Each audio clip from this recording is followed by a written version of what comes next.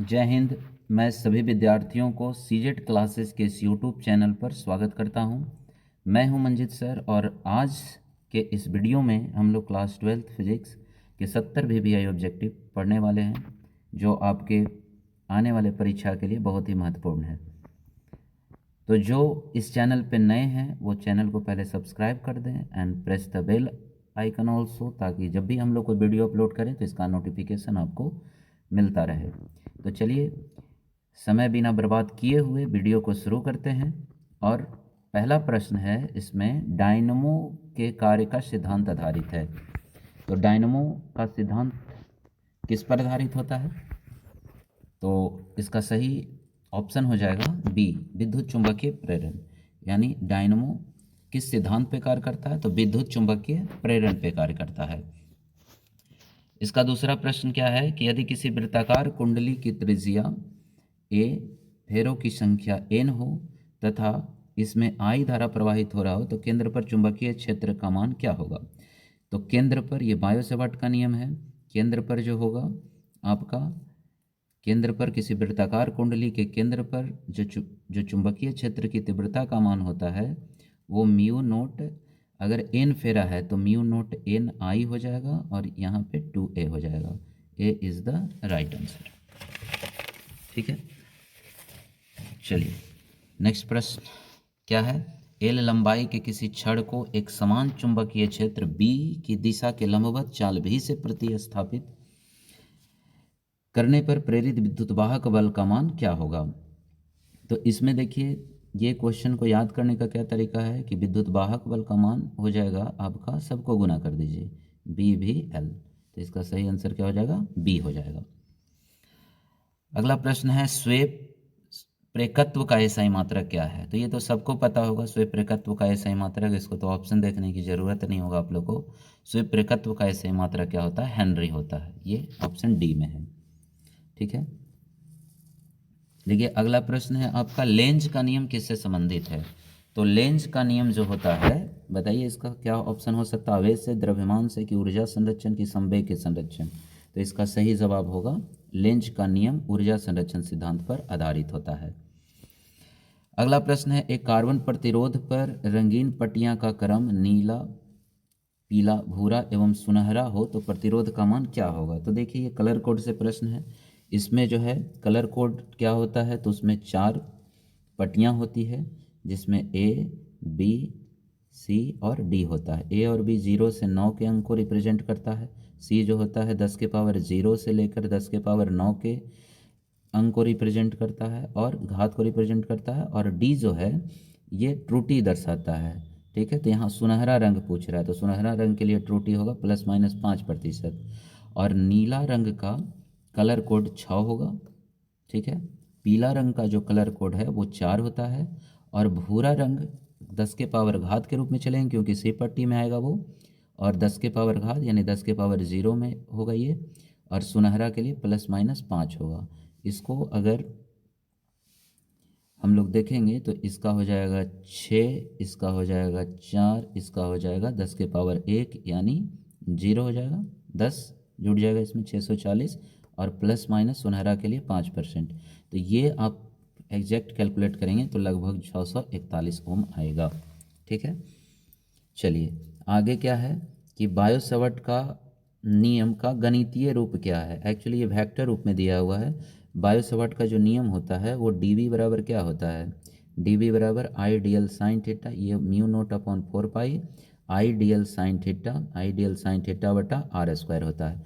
लेकिन यहाँ पे वेक्टर रूप में दिया हुआ है, तो वेक्टर रूप में क्या करेंगे हम लोग कि जो आर स्क्वायर नीचे था तो उसको हम लोग आर क्यू बनाएंगे। कैसे बनाएंगे? तो ऊपर आर और नीचे आर कर सकते हैं। तो ये आर स्क्वायर और आर मिलकर क्या हो जाएगा? आर क्यू हो जाएगा, और ऊपर फैक्टर आर हो जाएगा। तो देख लीजिए कौन सा ऑप्शन है, mu naught 4 pi I D L. अच्छा, I D L sine theta है तो वेक्टर रूप में लिखेंगे तो आपको पता है कि ए क्रॉस बी बराबर क्या होता है? ए बी साइन थीटा होता है। तो ए बी साइन थीटा यानी आई डी एल साइन थीटा की जगह ए क्रॉस बी लिखेंगे, यानी आई क्रॉस डी एल लिखेंगे। ठीक है, तो वहाँ पे इसका ऑप्शन क्या हो जाएगा? इसका सही ऑप्शन ए हो जाएगा। ठीक है, चलिए अगला प्रश्न है, एक 36 ओम प्रतिरोध की धारा मापी को 4 ओम प्रतिरोध से शंट किया जाता है, तो धारा में कितना प्रतिशत भाग धारा मापी से प्रवाहित होगा। ठीक है, तो इसका जो है क्या ऑप्शन हो जाएगा, 8% की 9% की 10% की 91%। तो इसका सही जवाब हो जाएगा आपका 10%। ठीक है, ये कैसे बनेगा, तो ये जो एक फार्मूला होता है आई बराबर आई गुने आर एस बटा R G plus R S, R G plus R S. ठीक है, यहाँ पे क्या है कि आर एस का मान कितना दिया हुआ है, 4 दिया हुआ है, और R G plus R S है, आर जी का मान है 36, 36 और 4 कितना हो जाएगा, 40 हो जाएगा। तो इसको हम लोग क्या लिख सकते हैं, आई जी बराबर हो जाएगा, ऊपर हो जाएगा आई और गुने, और आर एस का मान ऊपर क्या हो जाएगा, 4 हो जाएगा, और R G plus R S का मान 36 4 कितना हो जाएगा, 40। तो ये जो है काटेंगे तो 10 हो जाएगा। ठीक है, 10 हो जाएगा, और इसको क्या करेंगे, प्रतिशत में बदलना है तो 100 से गुना कर देंगे। तो 100 से गुना करेंगे तो 10 दहाँ के 100, तो यहाँ कितना 10% आ जाएगा। ठीक है, यहाँ पे 10% आएगा। ठीक है, तो इसका सही ऑप्शन क्या हो जाएगा, सी हो जाएगा। ठीक है, चलिए अगला प्रश्न है, किरचॉफ के प्रथम तथा द्वितीय नियम सिद्ध करते हैं। तो देखिए, किरचॉफ का जो पहला नियम है वो आवेश संरक्षण सिद्धांत को पालन करता है, और द्वितीय नियम जो है ऊर्जा संरक्षण सिद्धांत को पालन करता है। ठीक है, और किरचॉफ का जो पहला नियम है वो सभी एक बिंदु पर मिलने वाली सभी धाराओं का बीजगणितीय योग क्या होता है, शून्य होता है। तो यहाँ पे जो प्रश्न है, किरचॉफ का प्रथम नियम किससे, आवेश से, और द्वितीय नियम ऊर्जा संरक्षण। ऑप्शन कौन हो जाएगा, ए हो जाएगा। ठीक है, नेक्स्ट प्रश्न है कि दो प्लेटों की बीच की दूरी 2 सेंटीमीटर है, इनके बीच 10 वोल्ट का विभवांतर लगाने पर विद्युत क्षेत्र का मान क्या होगा। ठीक है, तो देखिए इसमें जो विद्युत क्षेत्र का मान E बराबर होगा वो V/D होगा, और V का मान कितना दिया हुआ है, V का मान दिया हुआ है आपका 10 वोल्ट, और बीच की दूरी कितना दिया हुआ है, 2 सेंटीमीटर। सेंटीमीटर को मीटर में बदलेंगे तो 10 के पावर -2 हो जाएगा यहाँ पे, तो ये 2 पछे ये 5 हो जाएगा, और ऊपर -2 चला जाएगा, यानी 100 ऊपर जाकर गुना हो जाएगा इसमें, तो कितना हो जाएगा, 500। तो इसका सही जवाब क्या हो जाएगा आपका, 500। ठीक है, चलिए नेक्स्ट प्रश्न है कि समान परिमाण के दो आवेश r दूरी पर रखे हैं तथा इनके बीच F बल है, यदि आवेश आधे कर दिए जाएं और दूरी दुगनी कर दिया जाए तो नया बल क्या होगा। तो देखिए आपका ये बनेगा, आपको कूलाम बल है ना, कूलाम बल क्या होता है, 1/4 pi epsilon not Q1 Q2 बटा r²।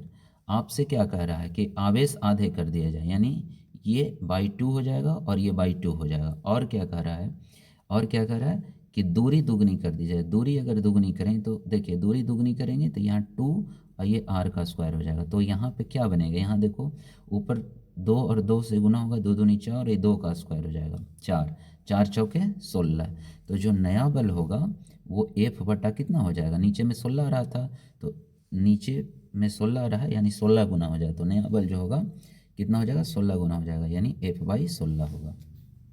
16 गुना नहीं हो जाएगा, सॉरी 1/16 हो जाएगा, यानी F/16 होगा।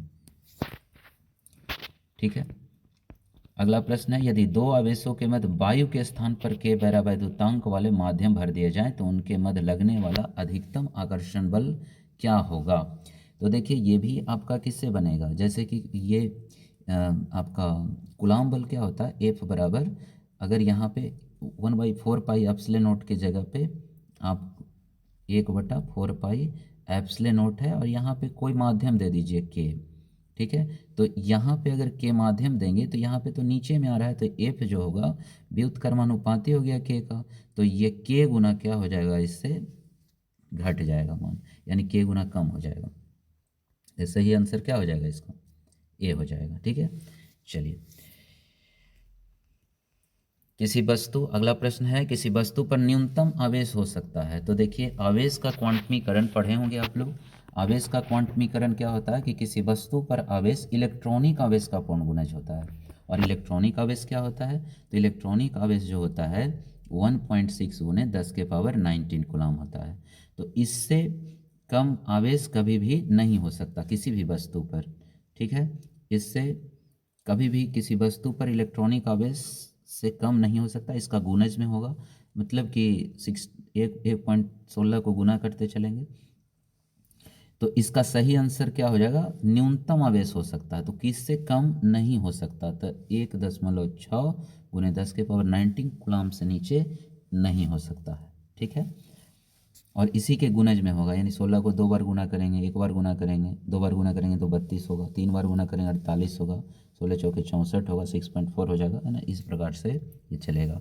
तो ये एक आवेश का क्वांटमीकरण से ये प्रश्न था। एक समांतर प्लेट संधारित्र की धारिता C है, यदि प्लेटों के बीच की दूरी आधी कर दी जाए तो धारिता का मान क्या होगा। अब यहाँ पे देखिए समांतर प्लेट संधारित्र, तो इसका फॉर्मूला क्या होता है आपका, A epsilon not by D हो जाएगा, A epsilon not by D होगा। अब यहाँ पे आपको कह रहा है प्लेटों के बीच की दूरी आधी कर दी जाए, आधी मतलब ये डी बाई 2, तो 2 तो कहाँ चला जाएगा, ऊपर चला जाएगा, यानी ये सी बराबर 2 आगे आ जाएगा, यानी कितना गुना हो जाएगा, अगर ये सी है तो ये 2C हो जाएगा, ठीक है। यानी इसका सही आंसर क्या हो जाएगा, 2C हो जाएगा। अगला प्रश्न है, किसी आवेशित संधारित्र की स्थितिज ऊर्जा क्या होती है। तो देखिए स्थितिज ऊर्जा का 2 फार्मूला आप याद रखेंगे, हाफ CV², और इसी को ओम के नियम से आप बनाएंगे तो ये आपका हो जाएगा Q²/2C हो जाएगा, ठीक है, Q²/2C, या एक तो हाफ CV² और नहीं तो Q²/2C, ठीक है। तो इसका सही आंसर ये हो जाएगा। तो याद रखेंगे आप कि किसी आवेशित संधारित्र की स्थितिज ऊर्जा या तो हाफ CV² और नहीं तो Q²/2C होगा। अगला प्रश्न है कि गॉस नियम सत्य है यदि किसी आवेश के कारण विद्युत क्षेत्र दूरी r के साथ निम्न प्रकार परिवर्तित हो। तो देखिए बिंदु आवेश के कारण विद्युतीय क्षेत्र की तीव्रता क्या होता है, 1/4πε0 Q/r² होता है। तो नीचे है r², तो ऊपर जाएगा तो क्या हो जाएगा, r-2 हो जाएगा। तो देख लेंगे कि कौन सा ऑप्शन में r-2 है, तो r-2 बी में है, तो इसलिए सही जवाब इसका क्या हो जाएगा, ऑप्शन बी हो जाएगा, ठीक है। चलिए अगला प्रश्न है, किसी सेल के सिरों के मध्य विभवांतर विभव बल से अधिक कब होता है। तो देखिए एक बार ध्यान दीजिएगा, किसी सेल के सिरों के मध्य विभवांतर जो होता है विभव बल से अधिक तभी होगा जब वस्तु को क्या करेंगे, आवेशित करेंगे, चार्ज देंगे, चार्जिंग करेंगे, ठीक है। तो option C is the right answer. अगला प्रश्न है, एक चालक का प्रतिरोध बढ़ता है, तो चालक का प्रतिरोध किस स्थिति में बढ़ता है, ठीक है। तो देखिए ये प्रश्न 2 मार्क्स में भी आता है कि चालक का प्रतिरोध किन किन बातों पर निर्भर करता है। तो लंबाई पर निर्भर करता है, ठीक है। वो चालक का प्रतिरोध जो होता है लंबाई के क्या होता है, समानुपाती होता है। जैसे एक फार्मूला आप लोग पढ़ेंगे, R बराबर ρL/A, ठीक है। एक मिनट, हाँ क्या पढ़े फार्मूला, R बराबर ρL/A। इसका मतलब हुआ कि जो चालक का प्रतिरोध है वो लंबाई के समानुपाती होता है और अनुप्रस्थ काट के क्षेत्रफल के व्युत्क्रमानुपाती होता है। लंबाई बढ़ने से बढ़ेगा, तो यहाँ पे ऑप्शन ए भी सही है, लंबाई बढ़ाने पर बढ़ेगा। दूसरा है अनुप्रस्थ काट के क्षेत्रफल को घटाने से बढ़ेगा, ये घटेगा तो बढ़ेगा, ठीक है। तो सी ऑप्शन देखें, अनुप्रस्थ काट के क्षेत्रफल घटने पर, तो ये भी सही है। और ताप बढ़ने पर भी चालक का प्रतिरोध बढ़ता है। तो यहाँ से देखिए ताप बढ़ने वाला 2 तरह से आता है, चालक का प्रतिरोध ताप बढ़ने से बढ़ता है और अचालक का प्रतिरोध, अर्धचालक का प्रतिरोध ताप बढ़ने से घटता है। तो यहाँ इस क्वेश्चन के हिसाब से ऑप्शन हो जाएगा इनमें से सभी, ठीक है। चलिए 19 नंबर क्वेश्चन है, समांतर प्लेट संधारित्र की प्लेटों को भी वेग से एक दूसरे से अलग किया जाता है। यदि किसी क्षण प्लेटों के बीच की दूरी d हो तो धारिता के समय के साथ परिवर्तन की दर दूरी d पर किस प्रकार निर्भर करेगी। तो देखिए यहाँ पे जो प्लेटों समांतर प्लेट संधारित्र का जो फार्मूला होता है, अगर हवा हो बीच का माध्यम तो ε0/d होता है और कहता है समय के साथ परिवर्तित होगा। तो यहाँ पे 1/d का हम लोग क्या करेंगे, डिफ्रेंसिएशन करेंगे विथ रिस्पेक्ट टू टाइम। अगर करेंगे तो 1/d का जो डिफ्रेंसिएशन पढ़े होंगे 1/d² होता है। तो यहाँ पे देख लेंगे ऑप्शन में कौन है, तो ऑप्शन में जो है आपका 1/d² B is the right answer. ठीक है, तो इस प्रश्न का आंसर क्या हो जाएगा? बी। चलिए 20 नंबर क्वेश्चन है, एक समांतर प्लेट संधारित्र की धारिता C है, यदि प्लेटों के बीच की दूरी आधी कर दिया जाए तो धारिता का मान क्या होगा? तो फिर से वही क्वेश्चन आपका है कि C धारिता, समांतर प्लेट की धारिता क्या होती है? C बराबर A/0/d हो जाएगा। अब क्या कहता है कि प्लेटों के बीच की दूरी आधी कर दी जाए, तो d/2 करेंगे तो 2 ऊपर चला जाएगा, यानी 2 गुना में हो जाएगा, यानी क्या हो जाएगा? 2c हो जाएगा। Option B is the right answer. चलिए नेक्स्ट प्रश्न है, एक संधारित्र की क्षमता 4 × 10⁻⁻6 फैराड है और इसका विभव 100 वोल्ट है, इसे पूर्ण रूप से अनावेशित करने पर व्यय ऊर्जा होगी। ठीक है, तो यहाँ पे क्या बनेगा, किससे बनेगा? ठीक है, तो देखिए अनावेशित करने पे ऊर्जा का फॉर्मूला हाफ CV² होता है। ठीक है, और C का मान कितना दिया हुआ है? 4 × 10⁻⁻6 दिया हुआ है, और वोल्ट दिया हुआ है 100, तो 100 को 2 बार गुना करेंगे तो 100 × 100 हो जाएगा, 100 × 100 हो जाएगा। ठीक है, 100 × 100 हो जाएगा। यहाँ पे आप इसको सोल्व करेंगे तो 2 से ये कटेगा, और यहाँ पे देखिए ये 4 पावर पहले से है और -6 घट जाएगा, तो यहाँ पे जो बचेगा 2 × 10⁻² बचेगा, और इसको आप सोल्व करेंगे नीचे 100 आ जाएगा, और इसको सोल्व करेंगे तो कितना हो जाएगा? 0.02 हो जाएगा, 0.02 हो जाएगा, यानी option A is the right answer. चलिए देखिए इसमें सारे नोमेरिकल क्वेश्चन हैं, तो ये नोमेरिकल क्वेश्चन भी आपके परीक्षा में आते हैं। आप लोग क्या करेंगे कि एक बार इसको लिख कर बना भी लेंगे। ठीक है, ये ऑब्जेक्टिव महज मात्र नहीं है, यहाँ से डायरेक्ट 2 मार्क्स का भी क्वेश्चन पूछ दिए जाते हैं। तो इसमें जितने नोमेरिकल क्वेश्चन हैं आप लिखें, क्योंकि ये सारे प्रश्न आपके परीक्षा में पूछे हुए हैं।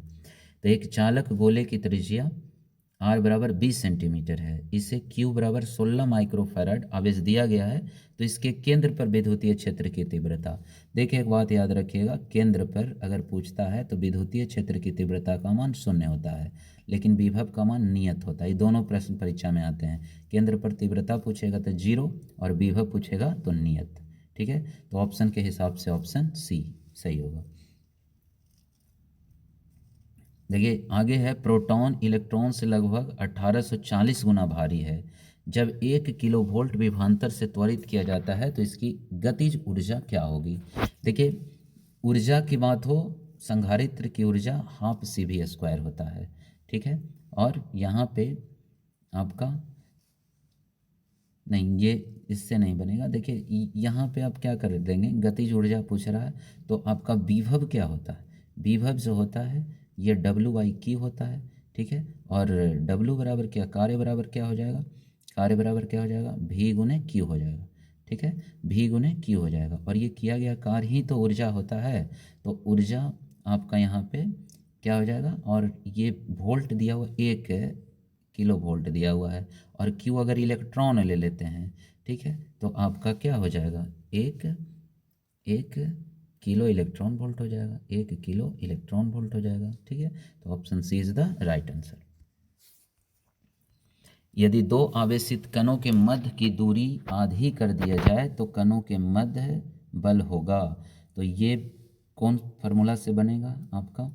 यदि 2 आवेशित कणों के बीच की दूरी क्या कर दी जाए? आधी कर दिया जाए, तो बीच की दूरी आधी कर दिया जाए, ये आपका कूलम्ब बल क्या होता है? 1/4πε0 Q1 Q2/r²। और यहाँ पे क्या हो जाएगा आपका? क्वेश्चन क्या कह रहा है कि कणों के मध्य का बल क्या होगा यदि दूरी आधी कर जाए? दूरी आधी करेंगे तो R/2 हो जाएगा, इसका स्क्वायर करेंगे तो R²/4 हो जाएगा, और बाई 4 ऊपर चला जाएगा, तो 4 से यहाँ गुना हो जाएगा आगे, यानी क्या हो जाएगा? आधी जब होगी तो 4 गुना हो जाएगा। ठीक है, और दोगुना जब होगा, कभी कभी दोगुना वाला भी प्रश्न आता है, तो अगर दोगुना कहेगा तो दोगुना कहेगा तो 1/4 हो जाएगा, और आधी कहेगा तो 4 गुनी हो जाएगी। ठीक है, ये दोनों प्रश्न ध्यान में रखेंगे।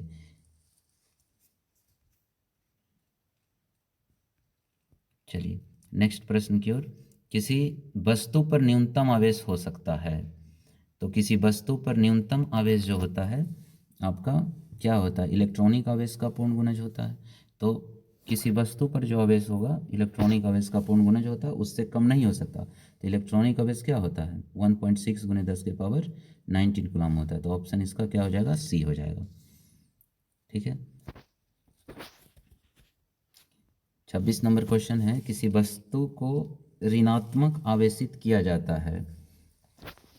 तो अगर किसी वस्तु को ऋण आवेशित किया जाता है तो क्या होता है। ठीक है। तो अधिक इलेक्ट्रॉन देने पर, कुछ प्रोटॉन हटाने से, कुछ प्रोटॉन देने से, कुछ प्रोटॉन हटाने से। तो किसी वस्तु को ऋणात्मक आवेशित किया जाता है अधिक इलेक्ट्रॉन देने से। तो ये अब सही हो जाएगा आपका। अगला प्रश्न क्या है कि ताप के बढ़ने से परावैद्युतांक के का मान क्या होता है। तो ताप के बढ़ने से परावैद्युतांक का मान क्या होता है, घटता है। ठीक है। तो 27 में याद रखिएगा, ताप बढ़ने से परावैद्युतांक का मान क्या होता है, घटता है। तो बी सही हो जाएगा आपका। ठीक है। चलिए, अल्फा कण पर आवेश क्या होते हैं। तो देखो अल्फा कण हीलियम के परमाणु होते हैं और हीलियम पे +2 आवेश होता है। तो इलेक्ट्रॉनिक आवेश कितना होता है 1.6 × 10⁻19 होता है। और इस पर 2 धन आवेश होता था, 2 से गुना कर देंगे। तो इसमें देख लीजिए 16 दूनी 32 हो जाए, 3.2 × 10⁻19। तो कौन सा ऑप्शन हो जाएगा, सी हो जाएगा। ठीक है।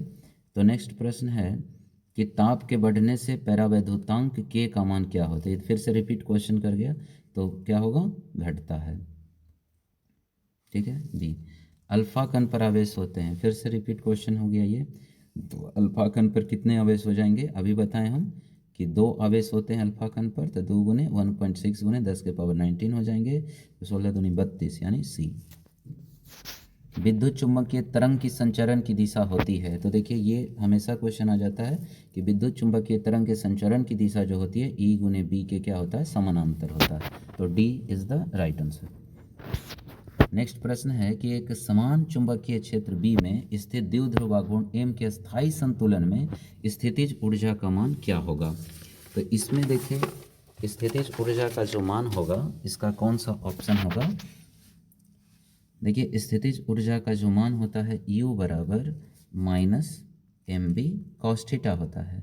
ठीक है। तो इसके हिसाब से और कहता है क्या, अस्थाई संतुलन। तो संतुलन की स्थिति में थीटा का मान 0 हो जाएगा। तो 0 हो जाएगा तो cos 0 का मान 1 हो जाएगा। तो खाली क्या बचेगा, -mb बचेगा, यानी B is the right answer. ठीक है। 33 कहता है चुंबकीय नमन का मान 0 होता है। तो देखिए ध्यान दीजिएगा कि चुंबकीय अक्ष पर 0 होता है और ध्रुवों पर 90 डिग्री होता है। तो आप पूछ रहा है क्या, चुंबकीय नमन का मान 0 कहाँ होता है। तो चुंबकीय नमन का मान 0 होता है आपको चुंबकीय अक्ष पर, और 90 डिग्री कहाँ होता है, ध्रुवों पर। तो चुंबकीय क्षेत्र बी और चुंबकन एम के बीच क्या संबंध है। तो देखिए यहाँ पे जो ऑप्शन होगा डी होगा, लेकिन डी में जो यहाँ पे माइनस नहीं होगा, यहाँ पे प्लस हो जाएगा। ये μ0 S + m होता है।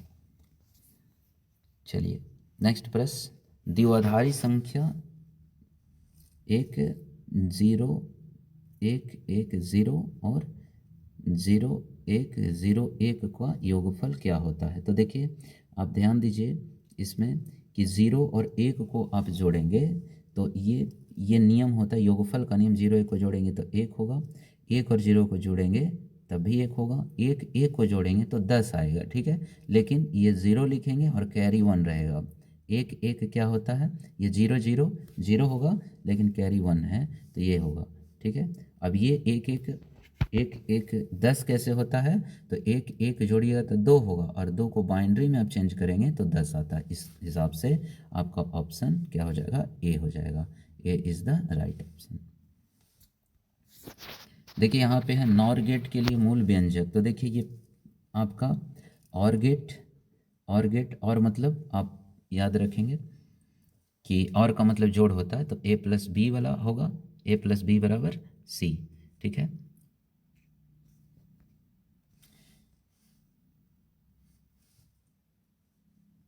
देखिए इसमें आप याद रखें क्योंकि ये हमेशा आते रहता है। तो और गेट और हो गया, एंड हो गया, इसमें याद रखेंगे और का मतलब जोड़ याद रखना, ए प्लस बी, और एंड का मतलब गुना, ए इंटू बी बराबर सी, या बाई कुछ भी हो सकता है। और इसमें अगर नॉट लग गया, ठीक है, तो नॉर, तो यहाँ पे बस ऊपर में और लगा देंगे, नैंड है तो ये लग जाएगा, ठीक है। तो ऑप्शन के हिसाब से आपका क्या हो जाएगा, नॉर है, तो नॉर में आपका, इसमें तो कोई ऑप्शन नहीं है, तो बी में देखिए, बी आप लगा लीजिए, लेकिन ऊपर क्या हो जाएगा, ऐसे बार हो जाएगा, इसके ऊपर डैश हो जाएगा, तो बी इज द राइट हो जाएगा इसमें, लेकिन ये ऑप्शन गलत है इसमें, ठीक है। तो ए प्लस बी के ऊपर डैश हो जाएगा। देखिए, यदि पूर्ण तरंग दिष्टकारी में निवेश आवृत्ति 50 हर्ट्ज है तो निर्गम आवृत्ति क्या होगी। एक बात याद रखिएगा कि जो निवेश आवृत्ति होती है वो निर्गम आवृत्ति की क्या होती है, दोगुनी होती है, ठीक है। तो निवेश आवृत्ति 50 हर्ट्ज है तो निर्गम आवृत्ति क्या होगी, तो इसकी दोगुनी हो जाएगी, यानी 50 गुनी कितना हो जाएगा, 100 हो जाएगा, सी। प्रत्यावर्ती विभव लगाने पर प्रत्यक्ष धारा उपलब्ध करने वाली मशीन का नाम क्या है। तो ये दिष्टकारी होता है, ठीक है। प्रत्यावर्ती विभव लगाने पर प्रत्यक्ष धारा उत्पन्न करने वाली मशीन का नाम क्या है, तो दिष्टकारी रेक्टिफायर। एक पीएन जंक्शन में क्या होता है, तो पीएन जंक्शन में दो अर्धचालक जंक्शन होते हैं, ठीक है। पीएन जंक्शन में दो अर्धचालक जंक्शन होते हैं, तो इज द राइट आंसर। देखिए अब इसमें क्या है कि स्टोर्सियम 3858 परमाणु में प्रोटॉन, न्यूट्रॉन, इलेक्ट्रॉन की संख्या, तो आपको पता है यहाँ पे जो होता है, जो नीचे वाला होता है, जैसे कोई भी सिंबल में, जैसे यहाँ 38 है, तो ये जो होता है इलेक्ट्रॉन होता है, प्रोटॉन होता है, और ये इलेक्ट्रॉन प्रोटॉन कितना दिया हुआ, 38 दिया हुआ है। और न्यूट्रॉन कैसे निकाला जाता है, तो परमाणु द्रव्यमान में प्रोटॉन की संख्या घटा देते हैं, तो इसमें आप 88 से 38 घटाएंगे तो कितना बचेगा, 88 माइनस कर दीजिए 38, तो ये 0 हो गया, ये 50 बचा, तो आप देख लो, तो प्रोटॉन कितना हो जाएगा, 38 हो जाएगा, न्यूट्रॉन कितना हो जाएगा, 50 हो जाएगा, इलेक्ट्रॉन कितना हो जाएगा, 38 हो जाएगा। ऑप्शन देख लीजिए, 38 50 38 कौन में है, 38 50 38, ये इज द राइट आंसर। चलिए नेक्स्ट प्रश्न की ओर है। एक रेडियो सक्रिय तत्व की अर्ध आयु 1000 वर्ष है, तो कितने समय बाद तत्व का, ये यहाँ पे हो जाएगा 1/8, 1/8 भाग होने में कितना समय लगेगा। तो इसको याद रखिएगा कि 1000 वर्ष है तो 1/8 भाग होने में इसको 3000 लग जाएगा, 3000 साल लग जाएगा, ए इज द राइट आंसर। द्रव्यमान और ऊर्जा के बीच सही संबंध क्या है, तो देखिए ये आइंस्टीन का समीकरण होता है, द्रव्यमान ऊर्जा संबंध E बराबर mc², ठीक है। तो इसमें क्या हो जाएगा, 42 का सी ऑप्शन हो जाएगा। नाभिक के संयोजन और नाभिक के गठन और ऊर्जा की रिहाई की प्रक्रिया को क्या कहा जाता है। यानी देखिए नाभिक के संयोजन, ये अगर लैंग्वेज थोड़ा समझ में नहीं आ रहा हो तो समझिए, सिंपल सी है, नाभिक के संयोजन माने जुटना, तो नाभिक का जुटना किस में होता है, संलयन में होता है, टूटना किस में होता है, विखंडन में होता है, तो 43 का ऑप्शन ए हो जाएगा।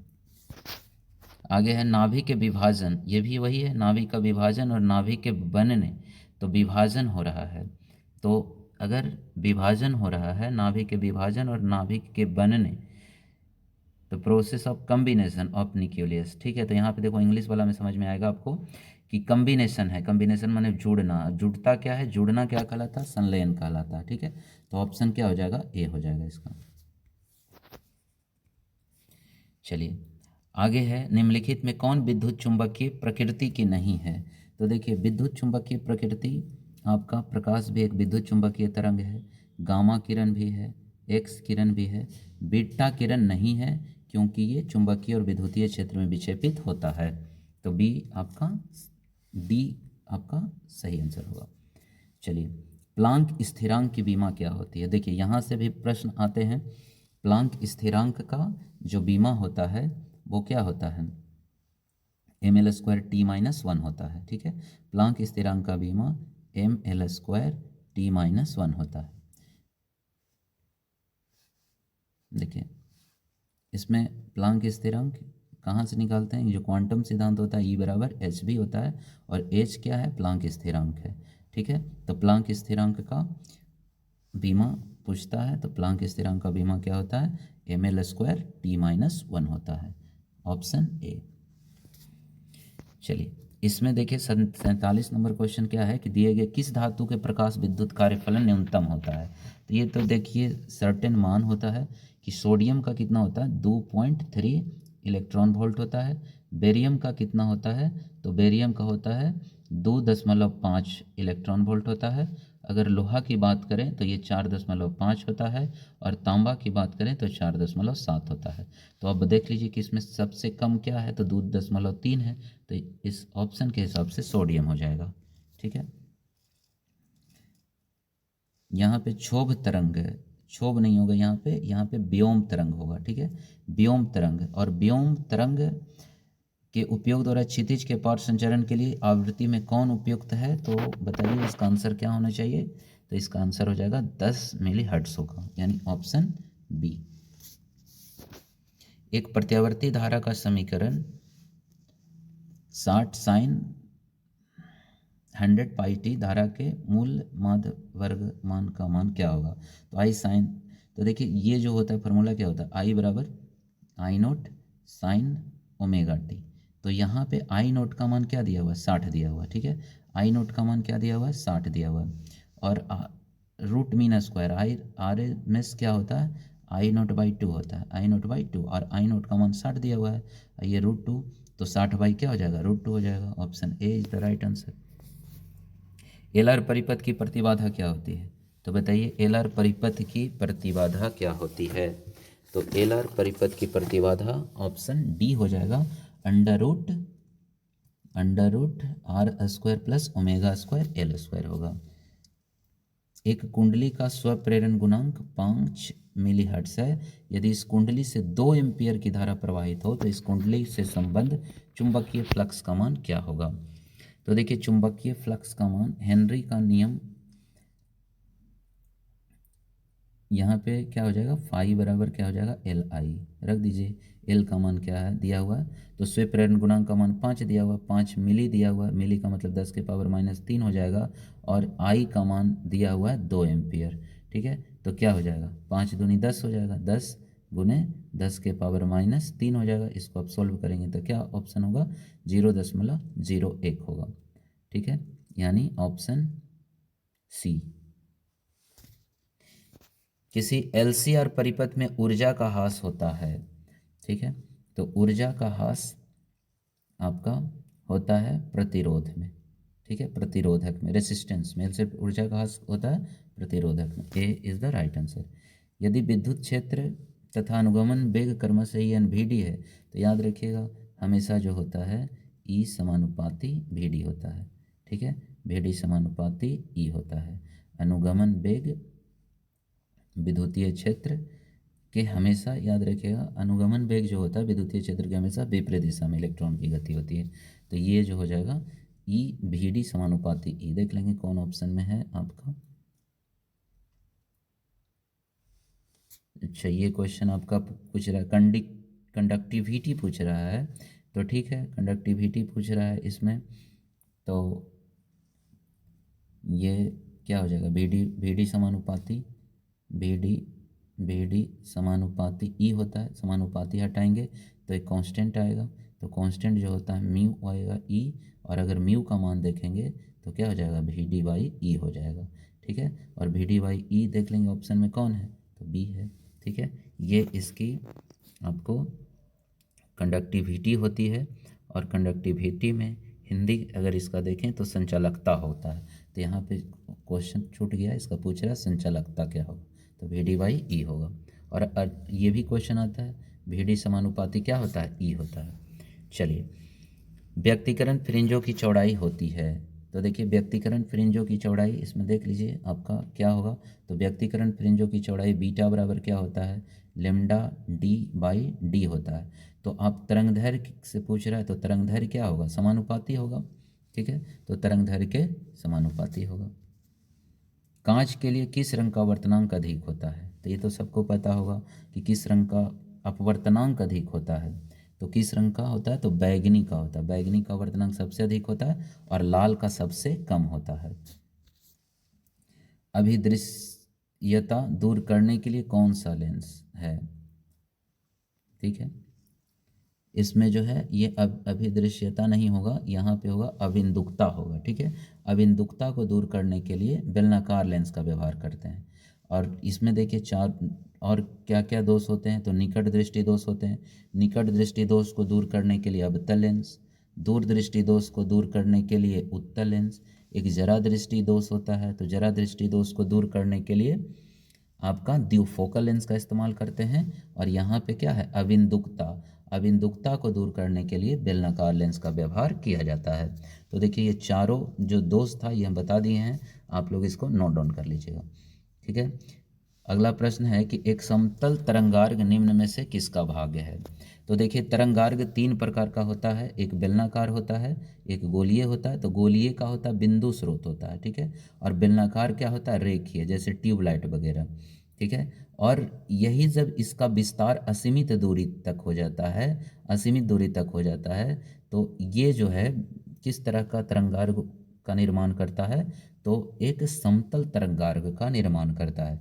जैसे और ये असीमित दूरी पर होता है, जैसे सूर्य और तारों से चलने वाली प्रकाश जो होता है वो आपका समतल तरंगार्ग बनता है। तो इसका क्या हो जाएगा, समतल तरंगार्ग निम्न से किसका भाग है, तो गोलीय तरंगार्ग और बेलनाकार तरंगार्ग जब जब इसका विस्तार होता है तो समतल तरंगार्ग बनता है। तो ऑप्शन सी इसका सही हो जाएगा। यदि किसी विभव मापी के तार की लंबाई बढ़ा दी जाए तो संतुलन बिंदु प्राप्त होगा। तो इसको याद रखिएगा, संतुलन बिंदु जो है अधिक लंबाई पर प्राप्त होता है। तो option B is the right answer. अगला प्रश्न है बूस्टर का नियम। ये तो सबको याद होगा, बूस्टर का नियम क्या होता है, म्यू बराबर tan I p होता है। ये इज द राइट आंसर। अगला प्रश्न है कि एक आवर्धक लेंस जिसकी क्षमता 12 डायोप्टर है, तो आवर्धन क्या होगा। ठीक है, तो आवर्धन m बराबर क्या फॉर्मूला होता है, 1+d/f होता है। और d स्पष्ट दृष्टि की न्यूनतम दूरी 25 सेंटीमीटर, 1+25 हो जाएगा। और f का मान यहाँ पे आपका कितना दिया हुआ है, अच्छा f का मान नहीं दिया हुआ है आपका, तो आप आवर्धन लेंस की क्षमता 12 डायोप्टर दिया हुआ है, तो ये आप क्या कर सकते हैं, f बराबर क्या होता है, f बराबर क्या होगा, p बराबर p बराबर आपका 1/f होता है। तो 1/f की जगह p कर सकते हैं, और p कितना है आपका, तो 100/f करेंगे तो यहाँ पे 100 हो जाएगा और f ऊपर चला जाएगा गुना में, तो 25 चौके 100 हो जाएगा। और f का मान कितना दिया हुआ है आपका, p का मान कितना दिया हुआ है, p का मान दिया हुआ है 12, तो 4 दिया 12, 3 और 1 कितना हो जाएगा, 4 हो जाएगा इसका। ठीक है, तो आवर्धन लेंस जब 12 डायोप्टर है का आवर्धन कितना हो जाएगा, 4। ठीक है, अगला प्रश्न है कि स्वेप प्रेकत्व L तथा कोणीय आवृत्ति W के गुणनफल की इकाई क्या होती है। तो आपको पता होना चाहिए कि स्वेप प्रेकत्व L और ओमेगा WL ये जो होता है आपको प्रेरकीय प्रतिघात XL होता है। और प्रतिघात हो चाहे तो धारतीय प्रतिघात हो चाहे तो प्रेरक प्रतिघात हो, सबका मात्रक ओम होता है। तो इसका A हो जाएगा। ठीक है, अगला आयाम मॉड्यूलेशन का सूचकांक क्या होता है। तो आयाम मॉड्यूलेशन जो होता है ये हमेशा 0 और 1 के बीच होता है।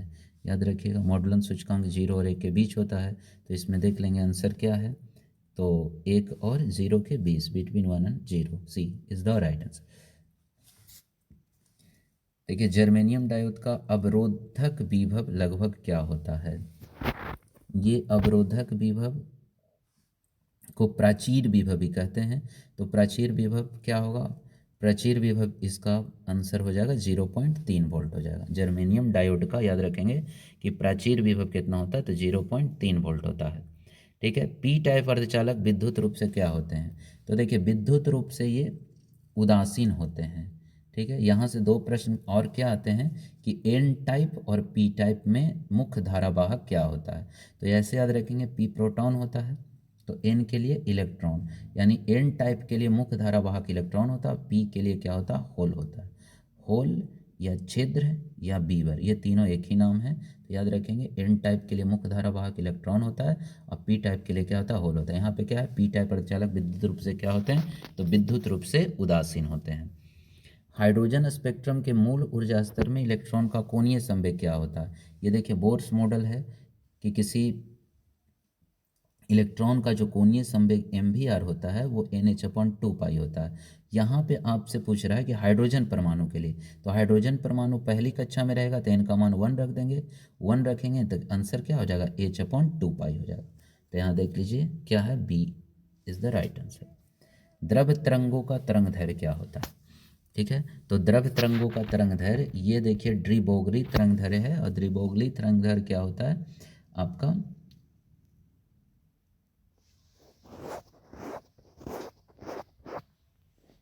लैम्डा इज इक्वल टू होता है H/P होता है, ठीक है। तो देख लीजिए ऑप्शन ए है, H/P है। ध्रुवित प्रकाश के कंपन तल तथा ध्रुवन तल के बीच का कोण क्या होता है। याद रखिएगा कि ध्रुवित जो प्रकाश होता है, ध्रुवित प्रकाश जो होता है और ध्रुवन तल जो होता है, इसके बीच का कोण कितना डिग्री होता है, 90 डिग्री होता है। ऑप्शन सी हो जाएगा, ठीक है। कौन सी घटना प्रकाश तरंगों की अनुप्रस्थ प्रकृति की पुष्टि करती है। तो देखिए ये जो है हाइगेंस ने तरंग को अनुदैर्घ्य माना था, लेकिन ध्रुवन की व्याख्या करने के लिए फ्रेनेल आदि वैज्ञानिकों ने इसको क्या माना था, अनुप्रस्थ माना था। तो यानी इस अनुप्रस्थ तरंग की पुष्टि ध्रुवन के लिए किया जाता है। तो ऑप्शन क्या हो जाएगा आपका, सी हो जाएगा। अगला प्रश्न है कि 3D एवं -2D क्षमता के दो लेंसों को मिलाकर एक संयुक्त लेंस बनाया गया। संयुक्त लेंस की फोकस दूरी क्या होगी। तो सबसे पहले तो ये दोनों लेंसों संयुक्त लेंस निकालने के लिए क्या करेंगे, P बराबर P1 प्लस P2, दोनों को जोड़ दीजिए तो 3 हो जाएगा, और ये माइनस है तो 2 हो जाएगा, यानी 1 हो जाएगा। और फोकस दूरी पूछ रहा है तो फोकस दूरी क्या होगा, बोलिए। एक P का मान 1 आ गया तो आपका P बराबर क्या होता है 1/f होगा, और P का मान 1 दिया, F का मान क्या हो जाएगा, F/P हो जाएगा। अब P का मान 1 आया है तो 1/1 यानी कितना, 1 मीटर हो जाएगा। अब चलिए इस वीडियो का लास्ट प्रश्न, सबसे अधिक आवृत्ति की तरंग होती है। तो याद रखिएगा कि सबसे अधिक आवृत्ति की तरंग गामा तरंग होती है, ठीक है।